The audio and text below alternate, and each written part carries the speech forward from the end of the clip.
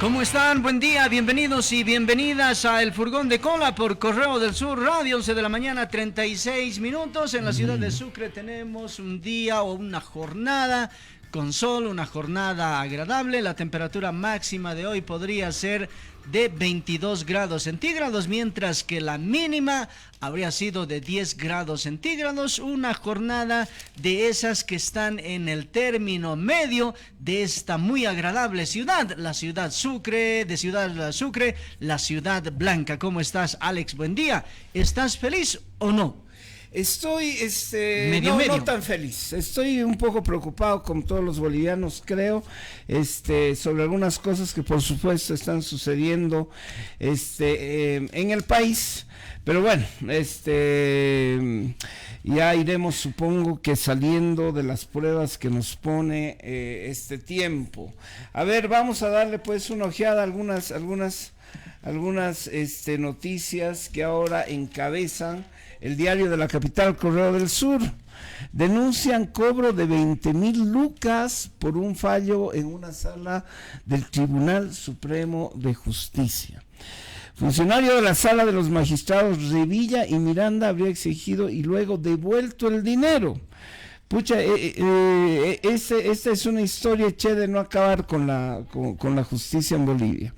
Además, esta es una de las historias que se escapa de las manos, porque las otras están más, pues, ¿no? A ver, ¿cómo es eso que se escapa de las manos? Porque es una de las historias, de las pocas historias que se conoce respecto a esta situación, porque de no haber cumplido con el acuerdo, porque el acuerdo era que si se determina el fallo por el monto que estoy demandando, va el pago de los 20,000 bolivianos, pero como el fallo ha sido por el 50% del total, entonces el corrupto también, porque quien ofrece es un corrupto también, pues tiene el descaro de decir, che, no has cumplido con el 100%, solamente has hecho que la sentencia sea por el 50%, así que mejor devolveme mi plata, ¿no? Y en todo caso, si este caso se investigara mucho más, en esta situación, pues tendrían que ir los dos definitivamente a la capacha, ¿no? Lo mínimo que tendríamos que esperar. Lo mínimo que habría que esperar, pero eso es lo máximo que debemos esperar, porque eso no va a ocurrir, señores. Esto de ¿cómo se llama? De los cobros, de los maletines que corren para sacar fallos a favor de unos o de otros, es una historia vieja en la justicia boliviana. Qué lamentable que esto siga ocurriendo, es decir, y lo peor es que no va a pasar nada. Es decir, hay esta historia que ya es como una historia literaria, o sea, inclusive una historia ya inclusive un poco hasta graciosa, porque como dice el Paya, se trata de un trato que además es un trato oscuro, ¿no? En el cual el cliente es como un cliente insatisfecho, ¿no? El cliente insatisfecho que ha pagado, digamos, por un producto, que en este caso sería pues un fallo a su favor en la justicia boliviana. Por un producto. ¿No es cierto? Entonces le han engañado. Porque es como comprar una pelota redonda, bueno, las pelotas siempre son redondas, y que te la hayan dado oficial, del tamaño oficial, y que te hayan dado una pelota que no es del tamaño oficial. Entonces vas y te quejas y pides devolución de tu dinero como si esto fuera cualquier transacción. Ese es el gran problema. Es decir, eso es lo dramático de este caso.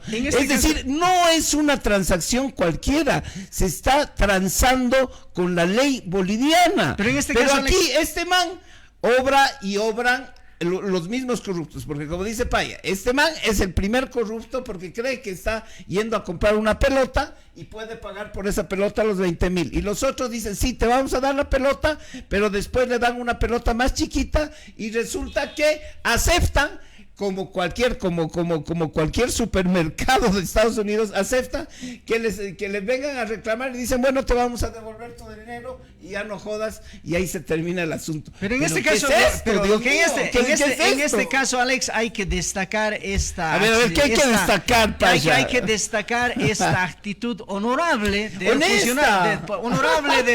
funcionario, claro, porque al final reconoce, bueno, como claro, no hemos podido cumplir con el acuerdo, de pronto no he podido cumplir con el acuerdo, aquí está, te lo deposito, y lo deposita al número de su cuenta, según lo que relata la nota publicada en Correo del Sur. Ajá. Eso, por ejemplo, es pues una actitud así honorable de esta persona que reconoce que ante esa situación pues hay que devolver todo, porque de pronto pudiera haber dicho, mira, hemos hecho por el 100% 20,000, pero como ha salido por 50,000, yo me quedaré, mejor dicho, por el 50%, yo me quedaré con el 50% de tu aporte, que es 10,000, y con eso arreglamos todo. Pero esta es una prueba de que de pronto la justicia nomás pues todavía se maneja en algunos casos, o sea, así, de esta manera. En Bolivia, con casos como este, con historias como esta, nos dejan claro que se maneja la justicia como si fuera una mercancía, cualquier mercancía. Es decir, tú tienes dinero, ¿no?, y quieres un fallo X, un fallo Z, ¿no es cierto? Entonces vas, ¿no?, al supermercado y dices, bueno, tengo tanta plata, quisiera esto, quisiera un producto así, y de el supermercado, que en este caso es todo el Poder Judicial, te dicen, bueno, esto cuesta tanto y está bien. Entonces le das la plata y obtienes tu mercadería. Y en este caso, que debe ser inclusive una excepción, porque deben haber cientos de casos, lamentablemente, de este tipo de operaciones. En este caso no salió bien, le dieron, digamos, salió medianamente bien. Hay que reconocer también, ¿no? Pero aquí el señor que quería un fallo por 20,000 seguramente amenazó al operario de la justicia que se iba a ir a quejar con el defensor del consumidor o algo así, y el otro dije, no, sí, verás que chuta, la pelota estaba muy chiquita, así que te vamos a devolver tus 20,000. Es decir, una operación mercantil con la justicia boliviana. Así tratan en el Poder Judicial a nuestra justicia, como si fuera una mercadería y al mejor postor, y más bien en este caso le devolvieron la plata al corrupto. En otra no sé si le hubieran devuelto. Ahora, la otra es, ya, así vemos cómo se maneja, ¿no es cierto?, a este nivel la justicia boliviana, es de nivel mercadería, ¿no ve? Pero esto ya es mercadería. Si pagas, tienes ahí tu fallo o lo que quieras, ¿no es cierto? Ahora, sobre esta clase de producto, quiero comentarte que también ayer una persona de nombre Félix Puma llegó hasta la Plaza 25 de Mayo para denunciar que a raíz de una deuda, o sea, de una deuda que contrajo él con un abogado que también hace comunicación social, muy conocido esta persona. ¿Quién es ese abogado? Le dicen Ñañay, creo que es Ñañay, Dios ¿no? mío, ya. Hace un trato de un préstamo de $4,298, ¿no? Con intereses, y resulta que al final este abogado, según la denuncia de Félix Puma, termina haciendo que se remate la casa, que tiene un valor de $88,000. Lo que uno se pregunta ¿es posible poder hacer desde el punto de vista ético un trato con una hipoteca por ese monto de dinero tan bajo de casi $4,300? Es una de las preguntas. Esta persona es un panadero de una condición muy humilde que tiene una casa ubicada frente a las oficinas de Yuraj, que incluso ha suscrito con este abogado un contrato por $10,000 de un anticrético, y sobre eso esta persona, creyendo lo que él dice que es su cuate, a su cuate le pide, y dice, este es un arreglo que ha sido entre cuates, le pide estos préstamos, primero de $1,000, después de $1,000 y después de 16,000 bolivianos, que hace alrededor de $1,300. La deuda en total llega a $4,300. Esta deuda no puede cumplir él y empieza Él dice por abajo, porque nunca me he enterado que mi casa estaba siendo rematada, mientras yo charlaba que no puedo pagarle, que tengo problemas, y él me aceptaba y nunca me anunciaba de que me está siguiendo un proceso porque yo no le estaba cumpliendo estos pagos. Resulta que él se entera y ya tiene una orden de embargo, tiene una orden de remate de su casa, y el monto que se fija en ese remate es por aproximadamente $36,000 del valor original, de 88,000. Baja 36,000. Y curiosamente, uno se pregunta cómo es posible que, habiendo una oferta tan interesante de poder hacerte de una casa que cuesta $36,000, no haya asistido nadie al remate. Y uno se pregunta, ¿acaso no hay gente interesada o involucrada en este mercado inmobiliario que de pronto busca cómo comprar casas un poco barato y después venderlas con ganancias? Y resulta que no ha habido nadie a este remate y llama poderosamente la atención. Entonces, habiéndose cumplido eso, ahora en este caso el prestamista ya solicita que la autoridad, el juez del tribunal, mejor dicho, del juzgado de civil y comercial, pues le adjudique la casa, y él dice, como este señor por una parte me debe $4,400, como esos $4,400 han ganado un interés de casi $6,000 en este tiempo que no me ha pagado, más los $10,000 que yo tengo en anticrético, entonces eso se hace una sumatoria de $19,000. Si $19,000 lo restamos a los 36,000, yo debo pagar aproximadamente $16,000 y denme la casa. Uno se pregunta, ¿se puede actuar así? De pronto, desde el punto de vista legal, haciendo firmar papeles por acá y por allá, de pronto puedas hacerlo, pero desde el punto de vista ético, ¿se puede actuar de esa manera? Y con muchas dudas, ¿por qué no esta persona se ha enterado de que estaba siendo sometido a un juicio? ¿Por qué no esta persona o las otras personas se han enterado de que había un remate y con condiciones pues altamente favorables para los postores? Porque además esta casa se encuentra en una zona donde hay mucho movimiento de gente, se ha vuelto una zona comercial, en una zona para habilitar oficinas, y resulta que a la hora de la verdad no había ni un interesado en empujar por ese remate. De pronto son dudas que dejan del manejo de la justicia, y por otra parte dejan dudas cuando hay un profesional que sabe de leyes y se enfrenta con una persona humilde que es un panadero y que al final se sorprende y dice, voy a perder mi casa, estoy a un centímetro de perder mi casa, cuando él no tenía la absoluta idea. De pronto uno podría decir, se justifica si ese señor hubiese sacado un préstamo de $30,000, $40,000, pero un préstamo de $4,300, por eso puedes perder tu casa. Esta es una expresión de lo que realmente nos deja pues con serias dudas con relación al manejo de la justicia, Alex. Bueno, primero sabemos eso de la denuncia del cobro de 20,000, ¿no? Ya dijimos, esto es una clara muestra de cómo se mercantiliza la justicia boliviana. Ahora, el problema también aquí radica en que siempre hay intermediarios, funcionarios de segundo rango, tercer rango, que son los que operan este tipo de fallos con las autoridades superiores, ¿no es cierto? Con los jueces, etcétera. Son los intermediarios oscuros de esta nefasta pues forma de operar la justicia. Entonces, lo que ocurre cuando se denuncia una de estas cosas, dicen, bueno, este fue el operario, ¿no ve? Y lo van a joder a él, los que podrían ser realmente los involucrados, los que definen pues los fallos, etcétera, dicen, a este man creo que le hemos visto la cara alguna vez, creo que está por ahí, pero en fin, nosotros pues... sí, pero en Alex, o sea, al final es esto. Hay los que operan, ese tipo son los intermediarios que operan entre los corruptos que quieren un determinado fallo y las autoridades que determinan ese fallo.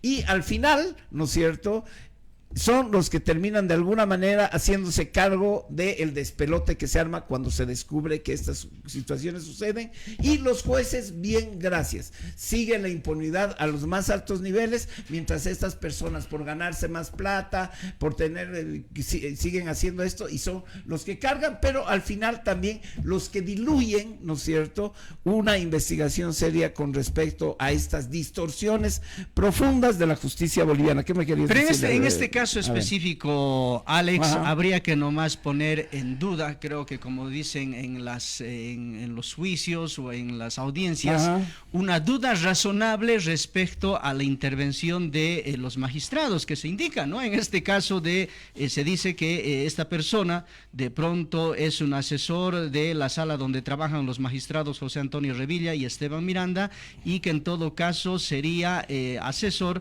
del primero, lo que quiere decir de José Antonio Revilla. Ahora aquí te digo que hay que poner en duda o hay que dar una duda razonable, porque si el trato hubiese sido con la máxima autoridad o el responsable de decidir ese fallo, tendría que haber salido al 100%. De pronto, este funcionario se ha prestado, digamos, en esa aventura de decir, vamos a asegurar que sea el 100% y por lo tanto te va a costar esto, sin que la autoridad que tiene que definir se haya enterado, porque esto, o sea, el caso le ha salido chueco, a ver. O sea, al asesor le ha salido chueco, y no creo que si dos pactan entre el jefe y el asesor o el funcionario pactan, no creo que después es como si ellos estuviesen dando un tiro al pie.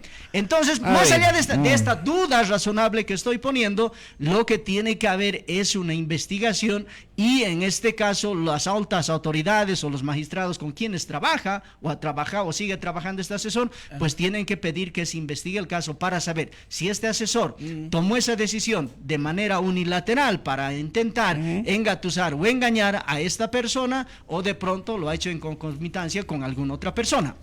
Esta mañana Silvia Padilla, la expresidenta del CONALAB y del ICACH, de los abogados de Chuquisaca y de Bolivia, decía que en realidad por los casos que ella conoce, se da mucho esta figura que remarca Paya, que es que los funcionarios son los que finalmente aprovechan trabajar al lado de los magistrados.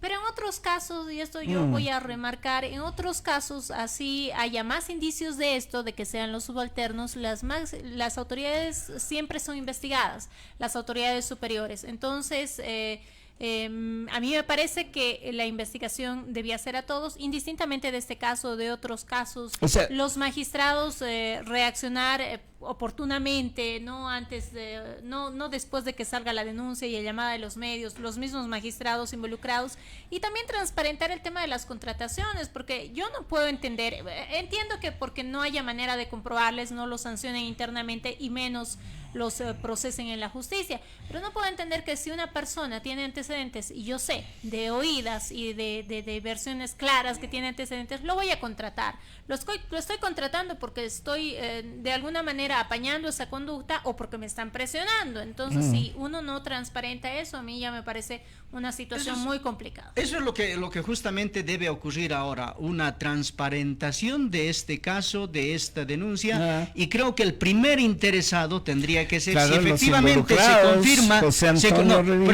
si efectivamente se confirma que esa persona trabajaba o trabaja con el magistrado Revilla, tendría que ser el mismísimo magistrado Revilla quien salga y ponga las cosas en orden como debe ser, porque bien conocemos que a veces una persona dice yo quiero trabajar con fulano de tal, con mengano de cual, pensando que es un grupo de confianza con quien yo me voy a poder desarrollar bien, pero resulta que también estos mandos medios empiezan pues a hacer sus cosas, sus negociados a espaldas del jefe, y a veces terminan pretendiendo incluso involucrar hasta el mismo jefe, o queriendo hacer creer, o por lo menos eso piensa la ciudadanía, de que están involucrados el jefe y el dependiente. Pero en este caso, en esta situación concreta, pues tendría que ser el mismísimo magistrado Revilla, si efectivamente tiene relación en este caso de una relación laboral, no estoy diciendo con el hecho como tal, si tiene relación laboral con esta persona,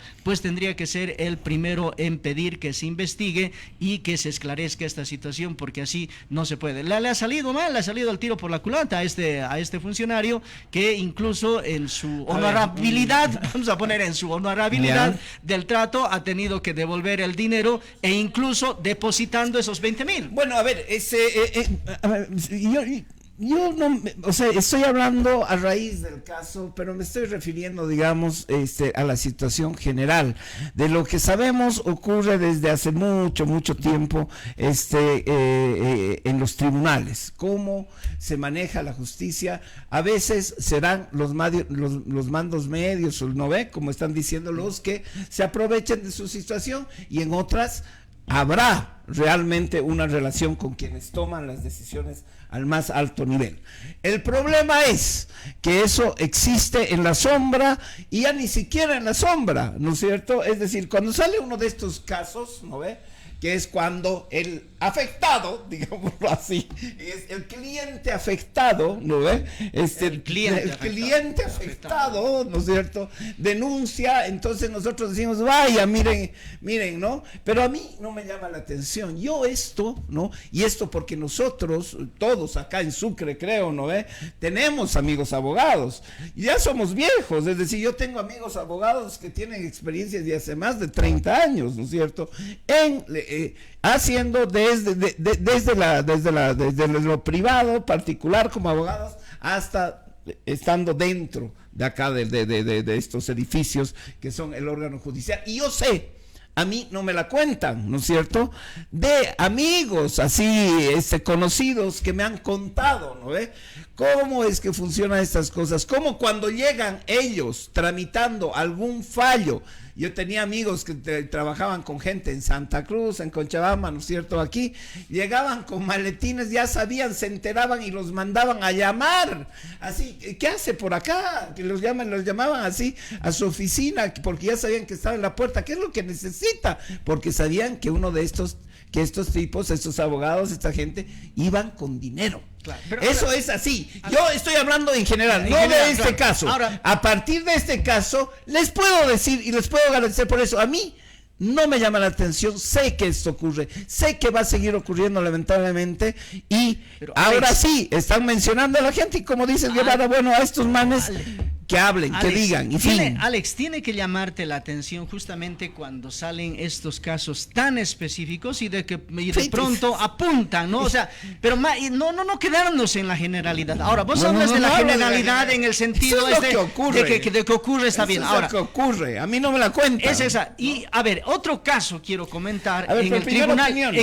un ratito, quiero comentar otro caso en el Tribunal Constitucional Plurinacional. A ver, vale. Hace algunos días, si no me equivoco, el día lunes, llegó una señora de Santa Cruz a cuyo hijo asesinaron hace 20 años. Salió una sentencia condenando a los implicados, pero resulta después que por algunas chicanerías en la justicia, estas personas, los que realmente a quien se apuntaba a la investigación como autores del crimen, no han entrado a la cárcel. Otros supuestamente cómplices han entrado a la cárcel.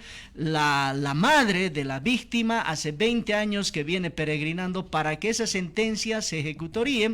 Incluso una de sus últimas acciones, o sea, ha sido recurrir hace tiempo ante el Tribunal Constitucional, cuya decisión ha dicho que todo lo que se ha hecho está bien hecho, que no hay motivo para que estas personas no vayan a la cárcel, porque ellos presentaron recursos ante el Constitucional, y el Constitucional les ha dicho, no, todo lo que se ha hecho está bien, se debe agarrar y confirmar la sentencia, pero por ahí otras triquiñuelas jurídicas han paralizado esta situación. El último recurso que presenta la señora es hace 2 años, y presenta un recurso de queja ante el Tribunal Constitucional. Y de acuerdo a lo que nos explicaban los abogados, nos decían que el recurso de queja se debe resolver a la brevedad posible, que a mucho tardar en un mes, pero resulta que ya pasan 2 años.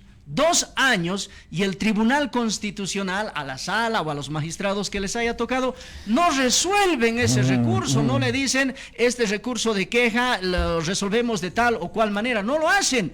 Llegó a manos de uno de los magistrados, el magistrado Hurtado, que es de Beni, y él dice, y esto es para realmente reírse, que él se excusa de conocer ese caso porque él es de Beni. ¿no? Porque él es de Beni, yo soy de Beni, yo soy de Trinidad, o sea que somos del mismo departamento y por lo tanto yo no puedo resolver esa situación, se excusa. Además de eso dice que yo en esos tiempos también era miembro de una sala penal y ya, pero no dice que realmente siendo miembro de la sala penal llegó a conocer el caso, se excusa. Y después pasan, se nos dice, a otras dos magistradas y este caso no se resuelve. 2 años para resolver un recurso de queja. Entonces, ante esa situación, ¿qué puede pensar la población? Claro. O sea, ¿qué puedes pensar vos? ¿Qué puede pensar la Jaica? ¿Qué puedo pensar yo? Lo mínimo que tendré que pensar, que por abajo pues está corriendo plata, para que no se pueda agarrar. Lo mínimo. Lo mínimo, pensar que por abajo o está corriendo plata, o de pronto las relaciones de parentesco, de amistad, de presión política, de compadrerío, son demasiado fuertes que no pueden resolver ese recurso.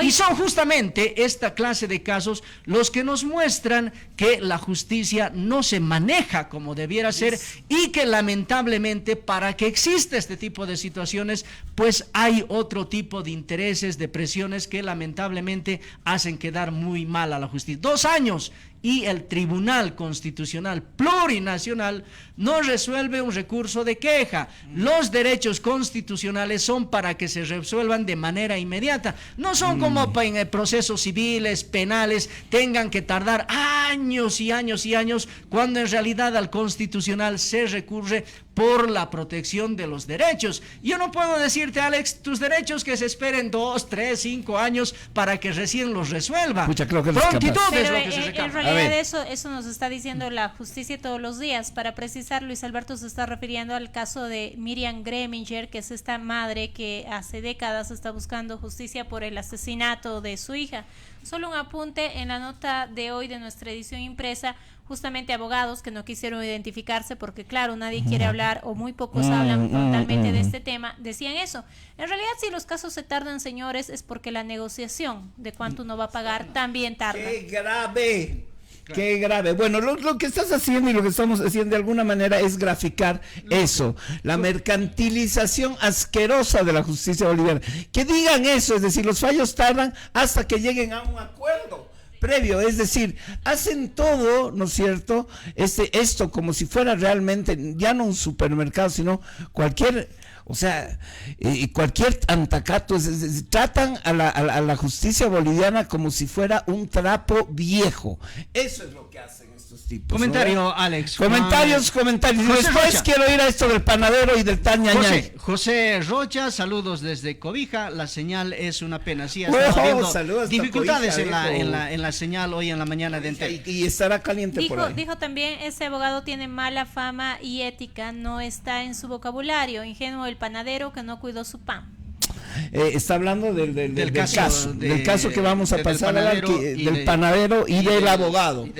La parábola del panadero y del abogado. En una parte, Raica, en la última intervención de Raica, decía que algunos abogados no quieren hablar y varias personas lamentablemente no quieren hablar, o sea, no quieren correr el riesgo de decir, de denunciar, de señalar, de quejarse, de reclamar. Todo el mundo prefiere callar ahora y eso no puede ser definitivo. Yo te pongo un ejemplo que está alejado de la justicia. Hoy día también hemos abordado el caso de esta escuelita de Poroma, cuyos niños están pasando clases, un curso bajo un techo de hojas. Sí, y ahí al aire libre. Hablando de la educación. Y el alcalde, ¿qué nos decía?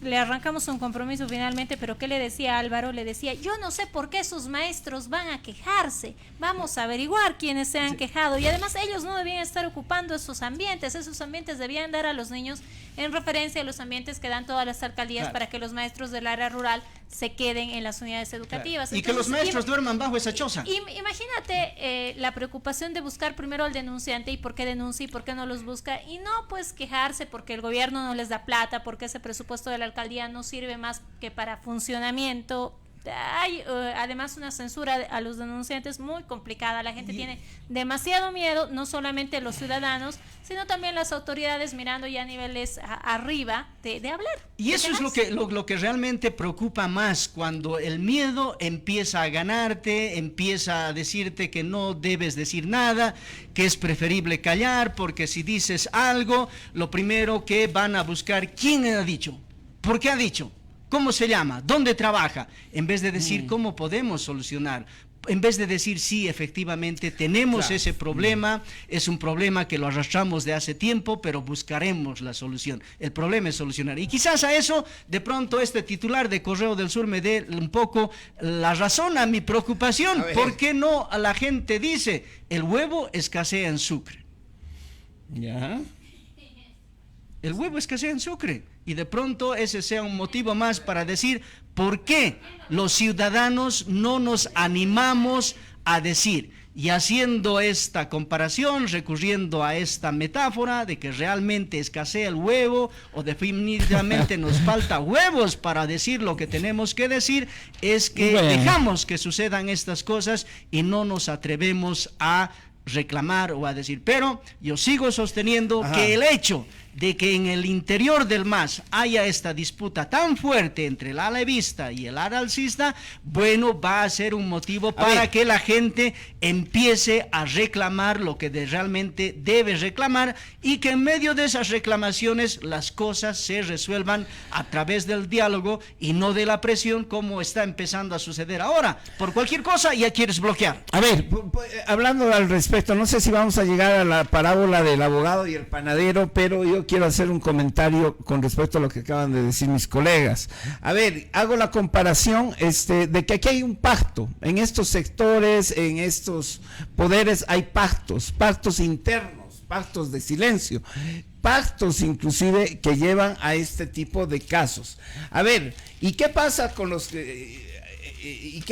la gente que de alguna manera rompe esos pactos, ¿no? Que son silenciosos, son oscuros, es decir, porque todos, ¿no?, tendrían derecho también a hacer este tipo de operaciones de calladitos, ¿no? Entonces se hacen a la vista gorda, etcétera.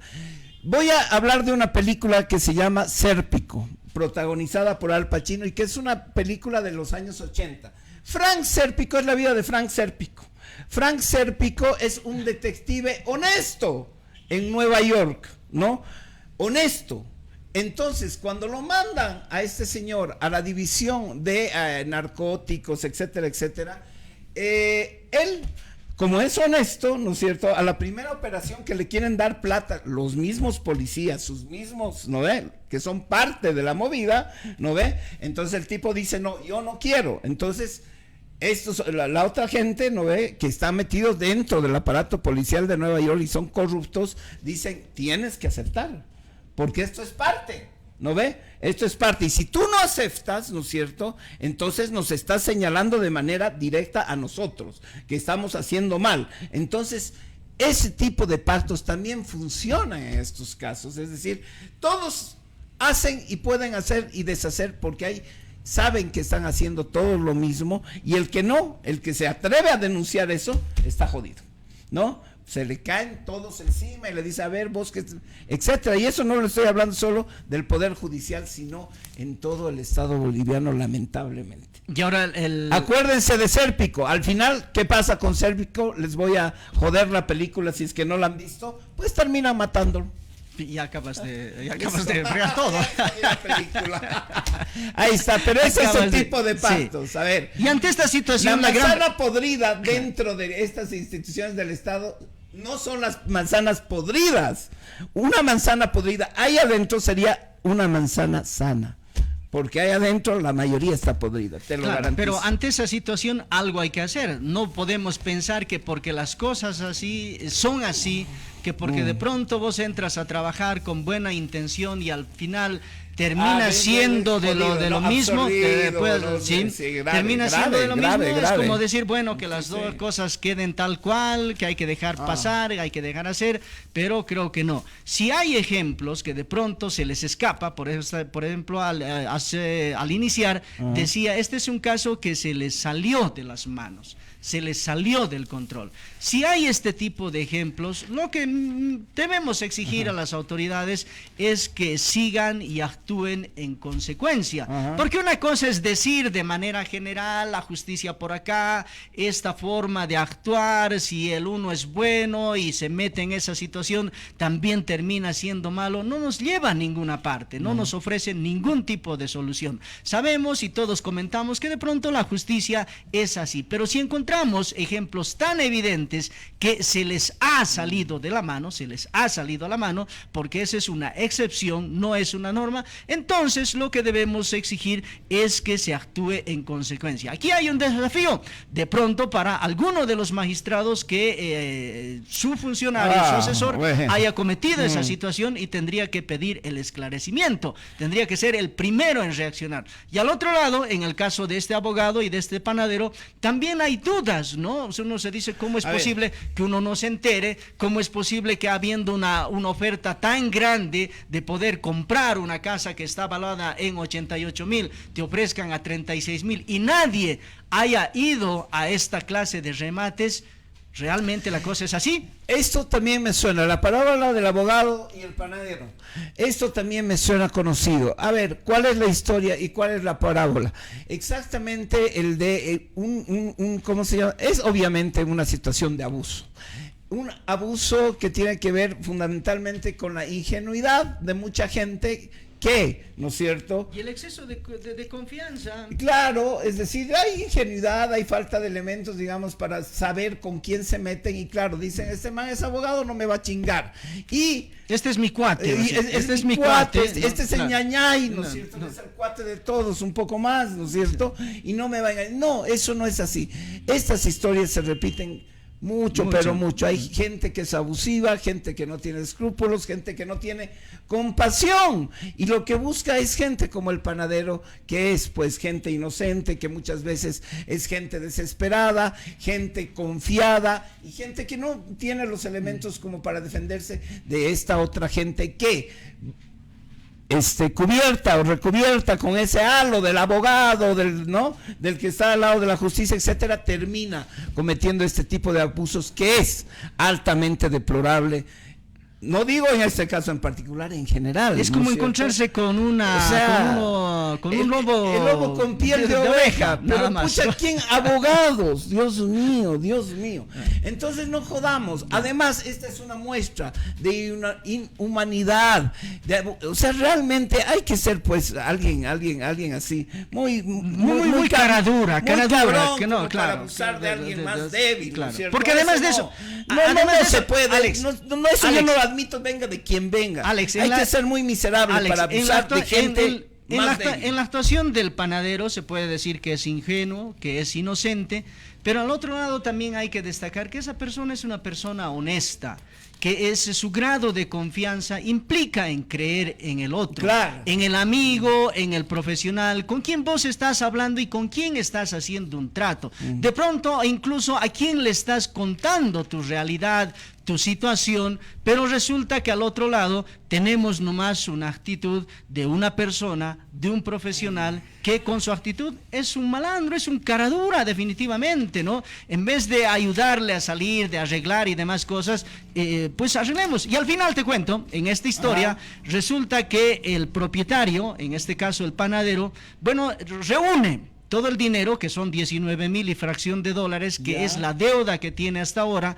considerando los intereses, el anticrético, el préstamo, reúne los 19,000 dólares, va y deposita en la cuenta. Y resulta que ahora el abogado no quiere aceptar ese dinero. ¿Por qué? Porque ya está pues echándole ojo y así con una decisión total a la casa para hacerse y despojar de ese bien a un simple o pobre panadero que ha confiado en él. Hace unos meses recibimos la denuncia de una adulta mayor que publicamos también en la edición impresa, que al principio ni siquiera quería realizar declaraciones a los medios, básicamente quería que alguien le escuche de otro abogado que por hacer trámites, un trámite muy simple que costará lo mucho 300, 400 bolivianos o hasta 200 bolivianos, terminó quedándose con 13.000 bolivianos de esta señora y además desapareciendo con sus papeles.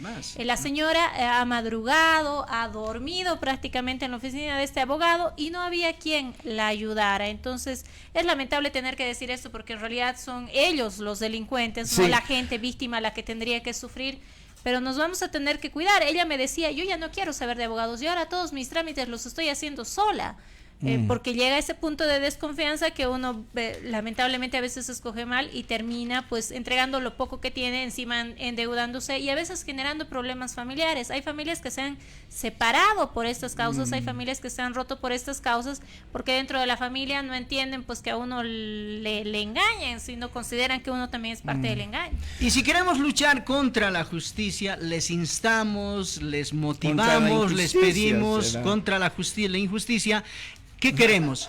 Que salgan este tipo de ejemplos, que salgan este tipo de historias que demuestren definitivamente que más allá de la cuestión general hay hechos muy específicos que involucran a personas y que al final, si no encuentran un eco en la administración de justicia, pues mínimamente los hagamos públicos para que también la gente a la hora de tomar algún tipo de decisión, pues considere este tipo de elementos, ¿no? Porque a veces nos dicen, pero ¿para qué ustedes dicen eso? ¿Para qué ustedes publican? Si solamente se hace quedar mal a una u otra persona, no.